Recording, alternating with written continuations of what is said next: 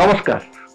মেকআপের জন্য ক্লায়েন্টকে ড্রেপিং এবং ত্বক বিশ্লেষণ করার সেশনে আপনাকে স্বাগতম। আসুন এই অধিবেশনের উদ্দেশ্য দেখি। সেশনের শেষে আপনি মেকআপের জন্য ক্লায়েন্ট ড্রাপিং এবং ত্বক বিশ্লেষণ করতে সক্ষম হবেন। প্রথমেই জেনে নেওয়া যাক ড্রেপিং কাকে বলে। ড্রেপিং হলো পরিষেবা শুরু করার আগে একটা ক্লায়েন্টের শরীরের উপরিভাগের চারপাশে একটা আবরণ দেওয়ার প্রক্রিয়া। তাহলে ড্রেপিং এর উদ্দেশ্য এবং গুরুত্ব কি? ক্লায়েন্টের স্বাচ্ছন্দ্য এবং নিরাপত্তা হলো সেলুনের সর্বোচ্চ অগ্রাধিকার এবং সর্বদা কসমেটোলজি পরিষেবার সময় বিবেচনা করা উচিত। ড্রেপিং ড্রেপ ক্লায়েন্টকে সংক্রামক এবং সংক্রামক রোগ থেকে রক্ষা করে ও ক্লায়েন্টের পোশাক রক্ষা করে। কসমেটোলজি পরিষেবার সময় ক্লায়েন্টের আরাম এবং সুরক্ষা সর্বদা বিবেচনা করা উচিত। মাথার ত্বকে ব্যাকটেরিয়া সংক্রমণ জলের সাথে মিশ্রিত হলে সঠিকভাবে ড্রেপিং ছাড়াই একজন ক্লায়েন্টের ঘাড় এবং কাঁধের নিচে চলে যেতে পারে। ড্রেপগুলি শরীরের উপরের ত্বককে পোড়া এবং সেলুন রাসায়নিক দ্বারা সৃষ্ট জ্বালা থেকে রক্ষা করে, তা শ্যাম্পু বা ব্লিচ থেকেই হোক না কেন, এবং অপ্রত্যাশিত অ্যালার্জির প্রতিক্রিয়া প্রতিরোধ করে। ড্রেপ চুল এবং রাসায়নিক পদার্থকে পোশাক থেকে দূরে রাখে। ব্লিচ বা স্থায়ী চুলের রঙের একক দাগ অপরিবর্তনীয়ভাবে একটি দামি পোশাককে নষ্ট করে দিতে পারে। চুল ত্বকে আটকে গেলেও চুলকানি হয় এবং ক্লায়েন্ট অস্বস্তিকর হতে পারে। এটি সঠিকভাবে ড্রেপিং দ্বারা প্রতিরোধ করা যেতে পারে। আমরা শিখেছি যে ড্রেপ ক্লায়েন্টকে সংক্রামক থেকে রক্ষা করে এবং সংক্রামক রোগ ও ক্লায়েন্টদের পোশাক রক্ষা করে। ক্লায়েন্টের কাঁধের চারপাশে ড্রেপিং বা কেপ লাগানো তাদের পোশাক থেকে চুল রাখার উপায়ের চেয়েও বেশি কিছু নয়। এটি একটি অপরিহার্য স্বাস্থ্য পরিমাপ যা মনে হয় তার চেয়ে বেশি উপকারী। যে কোনো ধরনের পরিষেবার জন্য ক্লায়েন্টকে ড্রপ করার আগে নিম্নলিখিত নির্দেশাবলী গুরুত্বপূর্ণ। পরিষেবার জন্য উপাদান এবং সরবরাহ প্রস্তুত করুন। হাত স্যানিটাইজ করুন। ক্লায়েন্টকে সমস্ত ঘাড় এবং চুলের গহনা মুছে ফেলতে বলুন এবং এটি সংস্করণ করুন। ক্লায়েন্টের চুল থেকে বস্তুগুলি সরান। ক্লায়েন্টের কলারটি ভেতরে ঘুরিয়ে দিন। এখন উপযুক্ত ড্রেপিংয়ের পদ্ধতিতে এগিয়ে যান। ড্রেপিং পদ্ধতি 3 ধরনের আছে। শুকনো ড্রেপগুলি হালকা ওজনের নাইলন বা পলিয়েস্টার দিয়ে তৈরি এবং সেগুলি পরিষেবার জন্য ব্যবহার করা হয় যাতে দ্রুত স্পিরিটস ছাড়া রাসায়নিক বা জলের প্রয়োজন হয় না। ভেজা ড্রেপগুলি জলরোধী এবং শ্যাম্পুতে ব্যবহৃত হয়। শ্যাম্পু ড্রেপিং শ্যাম্পু বা স্টাইলিংয়ের জন্য ব্যবহৃত হয় বা শ্যাম্পু বা চুল কাটার পরিষেবাতেও ব্যবহৃত হয়। রাসায়নিক ড্রেপগুলি বিপজ্জনক পদার্থের বিরুদ্ধে প্রতিরোধী, যেমন ব্লিচ বা কালারিং এজেন্ট। অতিরিক্ত কভারেজের জন্য এগুলি সাধারণত গড় ক্যাপের চেয়ে দীর্ঘ ও চওড়া হয়। ভেজা এবং রাসায়নিক ড্রেপগুলি বিশেষভাবে চিকিৎসা করা কাপড়ের বিস্তৃত পরিসরে আসে।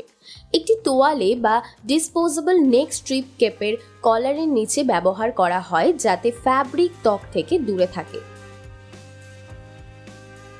স্কিন অ্যানালিসিস ত্বক বিশ্লেষণ বিভ্রান্তিকর এবং বিশেষজ্ঞদের দ্বারা করা হয়, কিন্তু ত্বকের ধরন বুঝে এর ভালো যত্ন নেওয়া সহজ হবে।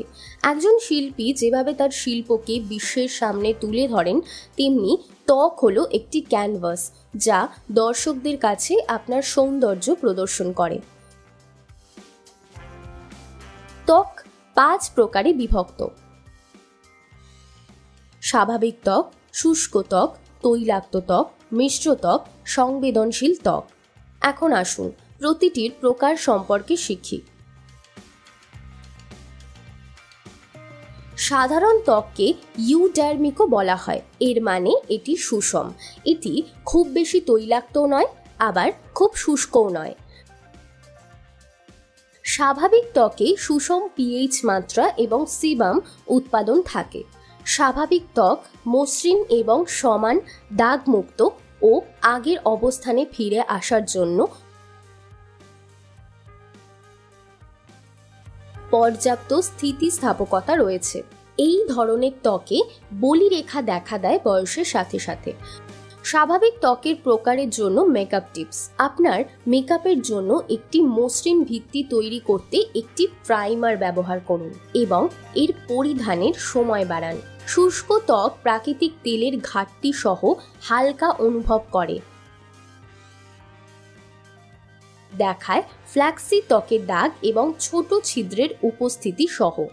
শুষ্ক ত্বকের ধরন, এর জন্য এখানে আরও কয়েকটি মেকআপ টিপস রয়েছে। শুষ্কতা মোকাবিলা করতে হাইড্রেটিং এবং ময়শ্চারাইজিং পণ্যগুলিকে অগ্রাধিকার দিন। একটি হাইড্রেটিং ক্লিনজার ব্যবহার করুন যা ত্বকে মৃদু।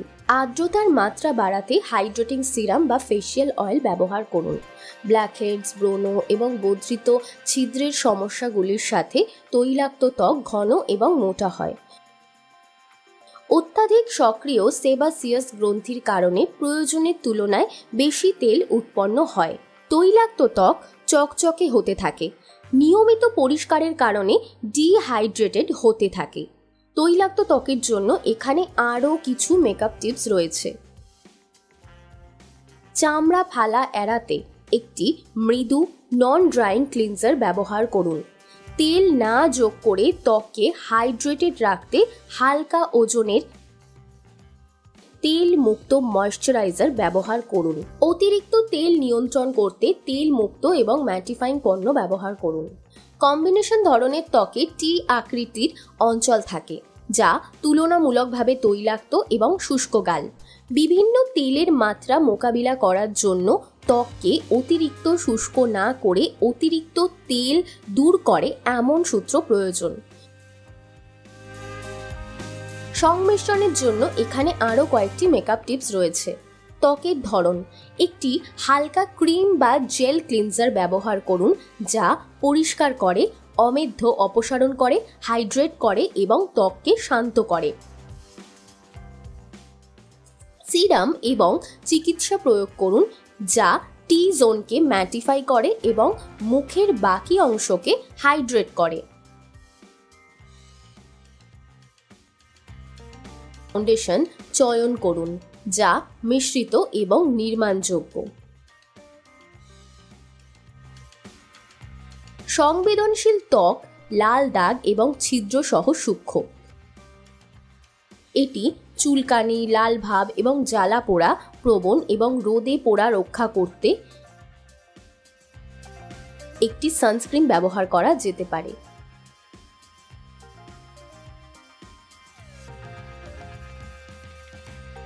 এই ধরনের ত্বকের জন্য উপাদানগুলির সংমিশ্রণ প্রয়োজন যা এই সমস্যাগুলির বিরুদ্ধে লড়াই করে। এটি ডিটারজেন্ট, জল, প্রসাধনী, এমনকি তাপমাত্রার পরিবর্তনের জন্য অ্যালার্জি হয়। সংবেদনশীল ত্বকের ধরনের জন্য এখানে আরও কয়েকটি মেকআপ টিপস রয়েছে। জ্বালা বা অ্যালার্জির প্রতিক্রিয়া এড়াতে জিঙ্ক অক্সাইড বা টাইটানিয়াম ডাই অক্সাইড ধারণকারী খনিজ ভিত্তিক বা শারীরিক সানস্ক্রিন ব্যবহার করুন। সারা দিন আপনার ত্বককে প্রশমিত ও সতেজ করতে একটি কুলিং ফেসিয়াল মিস্ট বা টোনার ব্যবহার করুন। এক্সফোলিয়েটিং পুঁতি এবং স্ক্রাবগুলি সংবেদনশীল ত্বককে জ্বালাতন করতে পারে, তাই তাদের ব্যবহার এড়িয়ে চলুন। সংক্ষেপে আমরা যা শিখেছি তা হলো, আমরা শিখেছি ক্লায়েন্টকে ড্রেপিং করতে। আমরা শিখেছি ড্রেপিং এর উদ্দেশ্য বা গুরুত্ব, যার মধ্যে ক্লায়েন্টের আরাম এবং নিরাপত্তা দেওয়ার পাশাপাশি সংক্রমণ বা অ্যালার্জি থেকে ত্বকের সুরক্ষা দেওয়া এবং কাপড়ে দাগ লেগে যাওয়া থেকে সুরক্ষা দেওয়াটাও শামিল থাকে। আমরা শিখেছি একটা ক্লায়েন্টকে ড্রেপিং করার আগে নির্দেশিকাগুলো মানতে। 3 প্রকারের ড্রেপিং হয়, যেমন শুকনো ড্রেপস, ভেজা ড্রেপস এবং রাসায়নিক ড্রেপস। এছাড়াও আমরা শিখেছি মেকআপের জন্য ত্বক বিশ্লেষণ করতে। ত্বক 5 প্রকারে বিভক্ত, যেমন স্বাভাবিক ত্বক, শুষ্ক ত্বক, তৈলাক্ত ত্বক, কম্বিনেশন ত্বক এবং সংবেদনশীল ত্বক। এই ক্লাসে শেখা ধারণাগুলো আগামী সেশনে আপনার বোঝার ভিত্তি হিসেবে কাজ করবে। এটা দিয়েই এই সেশনটা আমরা শেষ করব। নমস্কার।